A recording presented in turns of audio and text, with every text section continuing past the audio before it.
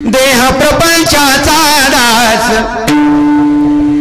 देह प्रपंचाचा दास, सुखी करू काम, सुखे करू काम, तुझे रूप चित्तिराओ, मुखी तुझे नाम, तुझे रूप चित्तिराओ, मुखी तुझे नाम, देह प्रपंचाचा दास, मुखे कर काम. असतं इको नको आपसर होत असतं लय बी इको झाला की बरं का. काय करायचंय? हा देह कोण आहे? देह प्रपंचाचा रोजचा अभंग आहे आपला, पण आपण जास्त अर्थाविन पोती वाचून काय अर्थ बघत नाही, फक्त म्हणतो. हा देह प्रपंचाचा दास आहे आणि मुख कोणाचा आहे? त्या भगवंताला. येणे मुखे तुझे वर्णे गुणला. हा, या मुखानं काय करायचंय? मुखे करो काम. हा, या देहानं प्रपंचाची सेवा करायची आणि मुखानं मात्र भगवंताची सेवा करायची. पण हे करत असताना, हा, मुखानं करत असताना कामामध्ये काम, काही म्हणा, हा, काम बंद ठेवायची गरज आहे का? अहो नाही ना. बरं, तुमच्या जीवनामध्ये तुम्हाला लय गोड येत नाही ना, कसं म्हणा? नाही जरी तुझ मधुर उतर, दिदला सुस्वर नाही देवे. लय मधुर म्हणायची गरज नाही. मधुर कोण म्हणावं? कोण म्हणावं?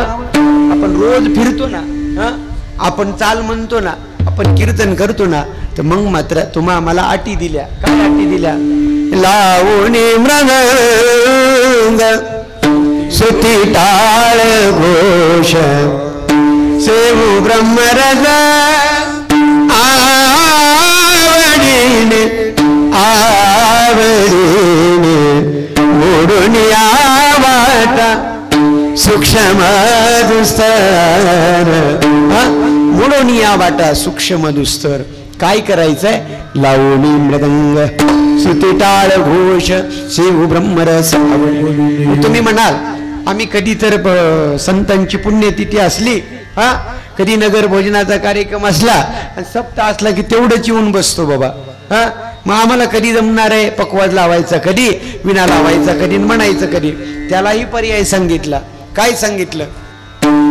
गाता येईल देवेची नावे, गाता येईल हरी हरी मनावे,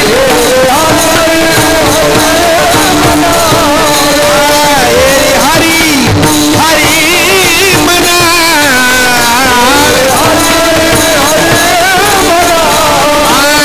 चित्त जागो बा विठ्ठला, चित्त जागो बा विठ्ठला, विठ्ठला विठ्ठला.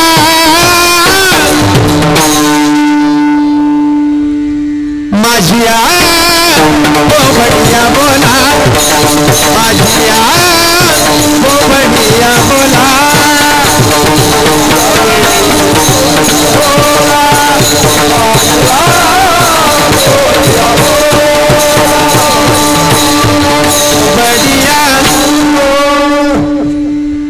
माझिया बोबडिया बोला, चित्त द्यावे बा विठ्ठला. काय करायचंय?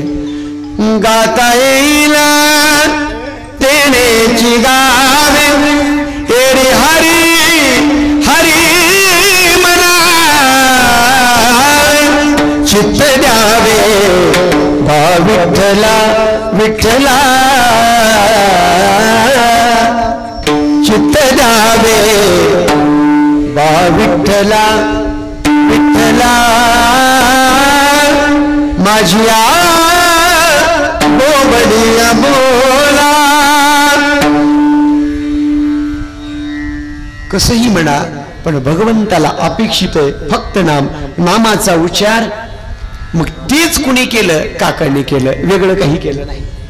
फक्त काय केलं? त्या भगवंताचं चिंतन केलं. काही करतोय आपला दुर्दिनचर्येचा व्यवसाय आहे. कोणता व्यवसाय? माती आणायची, ती व्यवस्थित ती तुडवायची, त्याचा चिखल बनवायचा, त्याच्यापासून मडके बनवायचे, मडके बनवल्यानंतर ते बाजारपेठेमध्ये विकायचे. पण हे सगळं करत असताना एके दिवशी झालं असं, चिखल तुडवत असताना घरच्या पत्नीनं सांगितलं, काही सांगितलं, मालक मी थोडंसं नदी तीरावर जाऊन येते, घरी खेळत असलेला जो मुलगा आहे त्या मुलाला तुम्ही काय करा, थोडंसं लक्ष द्या, लक्ष द्या. आणि सांगितलं. कोण सांगते? कारण गोरोबा काकाच्या पत्नीचं नाव कांता आहे. आणि त्याचं वर्णन करत असताना नामदेव म्हणतात, गोरोबाची कांता पानिया, गोरोबाची कांता पानिया. अप्सर होते हो, इकडे जास्त दिला ना, गोरोबाची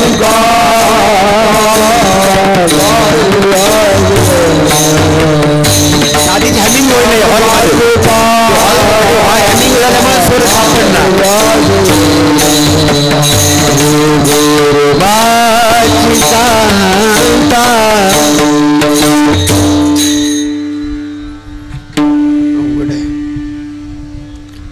जात असताना पत्नीला सांगितलं, काका तुम्ही काय करा, पतीला सांगितलं, मुलगा बाजूला खेळतोय, लक्ष द्या.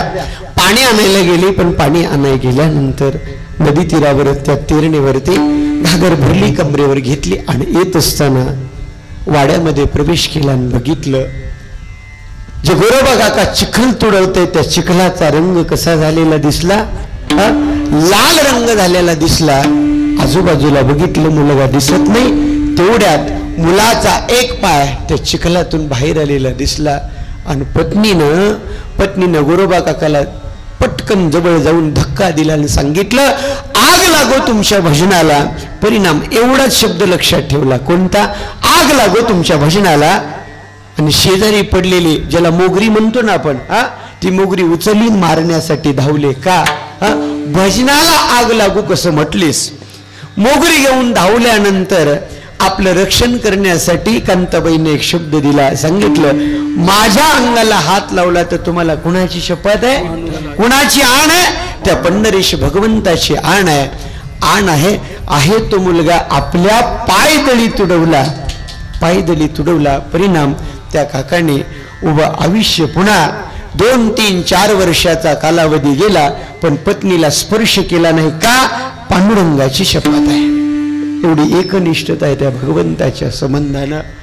पण त्याच कांताबाईनं आपल्या पित्याला विनंती केली, बाबा पती मला अंगावर धावले असता मी त्यांना आण घातली म्हणून माझ्या अंगाला ते स्पर्श करत नाहीत, वंशाला दिवा प्राप्त व्हावा म्हणून तुम्ही काय करा, माझा ऐका, माझी लहान बहीण असलेली यांच्यासोबत तिचं लग्न करून द्या. बापानं ऐकलं, एका मुलीचं सुख प्राप्त व्हावं म्हणून ती ऐकलं आणि शेवटी लहान मुलीचाही विवाह काकासोबत करून दिला. जाता जाता वचन घेतलं, सांगितलं, जावई बापू हात पुढं करा. काकाने हात पुढं केला, हातावर हात ठेवला आणि सांगितलं, मला एक वचन द्या. काका म्हणले, कोणतं वचन पाहिजे? ठीक आहे, तुम्ही अगोदर हो म्हणा. सांगितलं, हो ठीक आहे, वचन देतो. सांगा तुमची मागणी काय? सांगितलं, माझं मागणी एकच आहे, जसं आता लग्न झालेली जी तुमची पत्नी आहे ना, तिला जसं सांभाळणार नाहीत ना, तसंच पहिलीला सांभाळा, दोघीमध्ये भेद करू नका. काकाला आनंद झाला. काकाने त्याचा अर्थ उलटा घेतला. काकाने विचार केला, पहिलीला स्पर्श करत नव्हतो, हिलाही स्पर्श करायचा नाही. झाला असं. काही दिवसाचा कालावधी परिपूर्ण झाला. दोघी बहिणीचं ठरलं, काय करायचं? वंशाला दिवा पाहिजे. वंशाला दिवा पाहिजे म्हणून काका ज्या कौलाराच्या घरात विश्रांती करतायत, त्या कौलाराच्या घरात रात्रीच्या वेळेला दोघी पत्नी गेल्या, एक उजव्या बाजूला, एक डाव्या बाजूला. काकाच्या बाजूला विश्रांती घेण्याचा प्रयत्न केला, पण झाला असं, दोघीनं, एकीनं उजवा हात आपल्या अंगावरती टाकला, दुसरीनं डावा हात आपल्या अंगावरती टाकला. काकाला रात्रीच्या समयाला जाग आली. उठून बघितलं, दोन्ही हात आपल्या दोन्ही पत्नीच्या अंगावर एक एक हात आहे. काकाने हाताकडे बघितलं, कोपग्रहात गेले, जिथं टाकाऊ वस्तू टाकल्यात त्या कौलारात गेले, फारशी कुऱ्हाड घेतली, दोन्ही पायाच्या हातामध्ये धरली आणि सांगितलं, त्या हाताला सांगितलं, तुम्ही पाप केलंय, माझ्या पांडुरंगाची तुम्ही शपथ मोडली, माझ्या पांडुरंगाची आण मोडली आहे, तुम्हाला शिक्षा झाली पाहिजे. काकाने मनगटाच्या पुढचे दोन्ही हात त्या फारशी कुऱ्हाडीवर आदळून आदळून दोन्ही हात मनगटापासून वेगळे केले. आणि तेच काका एके दिवशी प्रपंचाचा गाडा चालवत असताना झालं असं, प्रपंच चालत नाही म्हणून पंढरीश भगवान परमात्म्याला दया आली. माझ्यासाठी माझी शपथ मोडली म्हणून, माझी आण मोडली म्हणून दोन्ही हात मनगटापासून वेगळे केलेत. प्रपंच चालत नाही, कर्म हातून घडत नाही, कुठला व्यवसाय चालत नाही म्हणून भगवंताने रुक्मिणी मातेला आज्ञा दिली. सांगितलं, मला काही दिवसासाठी सुट्टी द्या, मला काकाच्या घरी जायचंय. शेवटी देवानं रूप धारण केलं. विठू कुंभार म्हणून देव तयार झाला. छोटस धोतर, मळक धोतर परिधान केलं, अंगामध्ये बंडी परिधान केली, डोक्याला पगडी धारण केली आणि निघाले. रुक्मिणी मातेनं सांगितलं, मला सुद्धा यायचंय. सांगितलं, यायचंय ना, मग चल. मग सांगितलं, आता मी काय हो, मला ओळखतील. सांगितलं, तू कुंभारीण हो. स्वतः रुक्मिणी माता कुंभारीण झाली आणि गरुडाने विनंती केली, देवा मलाही यायचंय, मला सुद्धा यायचंय. शेवटी देवानं सांगितलं, गरुडा तुला येत असताना एक काम करावं लागेल. तुला काय व्हावं लागेल? तुला गाढव व्हावं लागेल. गरुड गाढव झाला. तेर मध्ये देव आले. आल्यानंतर देवाने गोरोबा काकाच्या घरी गेले, हाताला काम मागितलं. सांगितलं, आम्ही देव स्वतः म्हणतो, काका अनेक दिवसाचा आम्ही भुकेलो ना, आमच्या पोटाला अन्न प्राप्त होत नाही, आमच्या हाताला काम द्या. काकाने विचार केला, असंही आपला व्यवसाय चालत नाही. सांगितलं, तुला काय काम जमतं? सांगितलं, विठू नावाचा कुंभार आहे, मी कर्नाटकातून आलोय. कानडा राजा अगोदर देव कुठं होता? कर्नाटकात होता. त्या देवाला इथं नाथ महाराज भानुदास महाराजांनी इथं आणलं. तो देव महाराष्ट्राचा झाला. त्या देवाचं नाव सांगितलं, विठू कुंभार म्हणून भगवंत नाव सांगतो. काकाच्या घरी ज्या वेळेस काम मागितलं, काम करत असताना भगवंताने डेरे बनवले, ते डेरे विकायला बाजारात नेले ना, लोक जर प्रयत्न करायले, त्याला उलट्या हाताने थापटून बघायले, तर भगवंताने काय करायचं, तो डेरा वरती फेकायचा. सांगायचा, आदळला तर तुमचा, फुटला तर माझा. फुटत असेल का? एवढे मडके देवानं बनवले, एवढे मडके बनवले. एखादं तरी मडकं भगवंताच्या हातून बनलंय, पण त्यानं जसं सांगितलंय तसं वागल्यावर फुटतंय का? नाही, फुटत नाही ना. कधी फुटतंय? त्यानं सांगितलेल्या विचाराच्या निषिद्ध कर्माच्या अनुषंगानं जर जीवन जगलं तर मग मात्र फुटल्याशिवाय राहत नाही. विठाला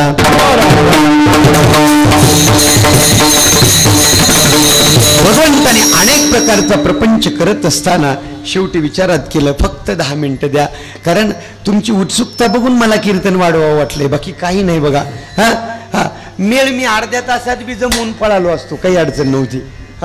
असं कोणी मागे येणार नव्हतं, काही ओळख नव्हती, काही नाही. हा नंबरही कुणाकडे गेला नव्हता. आमच्या महादेव मामांनी इथं उपस्थित केलं. आता त्यांना सगळी परिस्थिती माहिती आहे, आजची काय परिस्थिती आहे. आज इथं आल्याबरोबर पेटीपासून कणिक तिमण्यापर्यंत मला तिथून इथं फोन यायले. मी फक्त एवढंच सांगितलंय, महाराजांचं गाव निवाड आहे मामा, मी खोटं नाही सांगत, फक्त मी यांच्याकडे जाऊन येतोय म्हणून गावातून आलोय, बरं का. हे सुद्धा माहित नाही. आता माझा मोबाईल वाचतोय, तुमच्या लक्षात येतोय, परंतु आता करणार काय? पण गफलत एवढी झाली माझी, मी मगाशी बी बोललो आमच्या गुले महाराजांना, एक गफलत झाली. माझा गैरसमज असा झाला की 2 ते 4 कीर्तन सेवा असतात या परिसरात. मला असं वाटलं आपला सकाळचा घरचा कार्यक्रम करून आपण पुन्हा येऊ शकतो, या अनुषंगाने मी विचारात केलं. पण झालं असं, आपण खड्डा केला ना, आपल्याला जावं लागलं विठाला.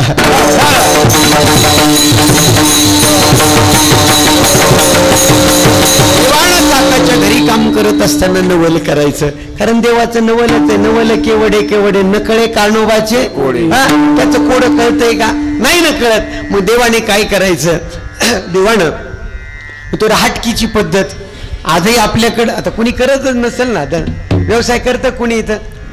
हा, कुणीच नाही ना. चांगली गोष्ट आहे. कारण बाजारपेठेतले बी विकले पाहिजे ना.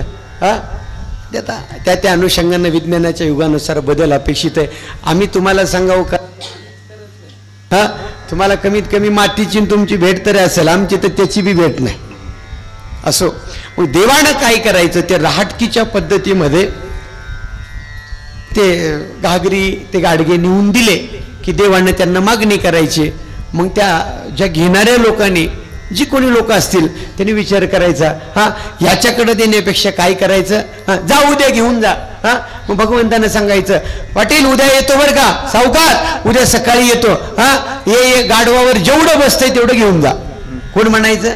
हा, मोठेपणानं म्हणायचं, गाढवावर जेवढं बसतंय तेवढं घेऊन जा. शेवटी देवाने एके दिवशी विचार केला, अनेक वेळा चक्कर मारली. कुणाकडं? हा, त्या सावकाराकडे चक्कर मारली. सांगितलं, सावकार आता तुम्ही घागरी डेरे सगळे नेले, हा आमच्या गुराला थोडीशी कडबा द्या. हा, सांगितलं, मोठेपणानं सांगितलं, जेवढं गाढवावर बसतंय तेवढं घेऊन जायचं, उद्या सकाळी यायचं. देवांना सांगितलं, ठीक आहे. चतुरा तो शिरोमणी, गुण लावण्याची खाणे. देव आला, गाढवाला घेऊन आले. आणि आल्यानंतर सावकारानं सांगितलं, ते बघा ती मळ्यात आपली, इकडे काय म्हणतात त्याला, हा वळई म्हणतात का? हा वळई, आमच्याकडे बनीम म्हणतात त्याला. हा बरं का, त्या वळई जेवढे तुला उचलते तेवढे घेऊन जा. कोण म्हणतंय? सावकार म्हणतोय. कुणाला? देवाला. जेवढं तुझ्या डोक्यावर वज जात आहे ना तेवढं घेऊन जा. देव म्हणले, ठीक आहे, काही अडचण नाही. किती बन्मी होत्या? 2 होत्या. देवानं गाढवाला सांगितलं, तुमचं पहिलं रूप धारण करा. कोण झालं? कोण झालं? गाढव कोण झालं? गरुड झाले. सांगितलं देवाने, आता काय करा, दोन्ही बन्मीच्या मध्ये उभा राहा. हा, आणि सांगितलं, एक पग कुठं घालायचं? ह्या बन्मी खाली घालायचं, आणि एक पग, हा, दोन्ही बन्मी उचलल्या आणि काकाच्या आव्याच्या शेजारी आणून टाकल्या. सावकार घरी आला. हा, सावकारानं बघितलं, सावकार धावतच आला. कुठं? काकाच्या घरी. सांगितलं, काका तुमचा जो विठू आहे ना, त्या विठूनं कमाल केली हो. हा, काय केलं बघा जरा मळ्यात जाऊन. काकांनी दृष्टीनं बघितलं की काकाला संकोच वाटायला सुरुवात झाली. काका ओळखायला सुरुवात झाली. काकांच्या लक्षात आलं, हा सर्वसाधारण नाहीये. हा सर्वसाधारण नाही, हा कोणीतरी भगवंताचा अंश असलेला पुरुष आहे. काका त्याच्याकडे भेटीला जाणार तेवढ्या ज्ञानोबाराय समोर आले. ज्ञानोबाराय फिरत तीरला आले होते, तीर्थयात्रा करत. का? पंढरपूरला गेले, देव दिसला नाही. चरित्रामध्ये उल्लेख आहे, देव दिसला नाही. ध्यान केलं, लक्षात आलं देव कुठे गेलेत? तीरला गेलेत, काकाच्या घरी गेलेत. त्यावेळेस ज्ञानोबाराय देवाला हुडकत आले. ज्ञानोबारायला दारात देवानं बघितलं, परसाच्या मागच्या दरवाजातून बघितलं, देव परसातूनच रुक्मिणीला घेऊन पंढरपूरला. आणि ज्ञानदेवाने सांगितलं, काका देव तुमच्याकडे आलाय. काका म्हणले, मी त्यालाच शोधतोय. हा, आज बघा त्या परसात नेऊन दाखवलं. हा, दोन्ही बन्मी इथं आणून टाकल्यात, म्हणजे हा देवच आहे. ज्ञानोबारायांनी काकाला सांगितलं, काका जो विठू कुंभार म्हणून तुमच्या घरी गाडगे करत होता ना, तो कोण होता? तो साक्षात देव होता. देवाला काकाला प्रसिद्धी झाली. मग काका शेवटी काकाने विचार केला, देव आपल्या घरी येऊन देवानं काम केलंय, आपणही देवाकडे जायचं म्हणून पंढरपूरला आले. त्या वाळवंटामध्ये कुणाचं कीर्तन सुरू आहे? एकच टाळी झाली चंद्रभागे वाळवंटी, माझा ज्ञान राजा गोपाळाशी लायावाटी. नामदेव कीर्तन करी पुणे देव नाचे पांडुरंग. देव साक्षात नाचतोय. नामदेव रायाचं कीर्तन सुरू आहे. नामदेवरायांनी सांगितलं, काय सांगितलं? हात वरी करा सांगितलं सगळ्यांना. हा, श्रोते मंडळीला तुम्हालाही मी सांगतोय, हा सगळ्या सांगितलं, हात वरती करा आणि त्या भगवंताचं चिंतन करा.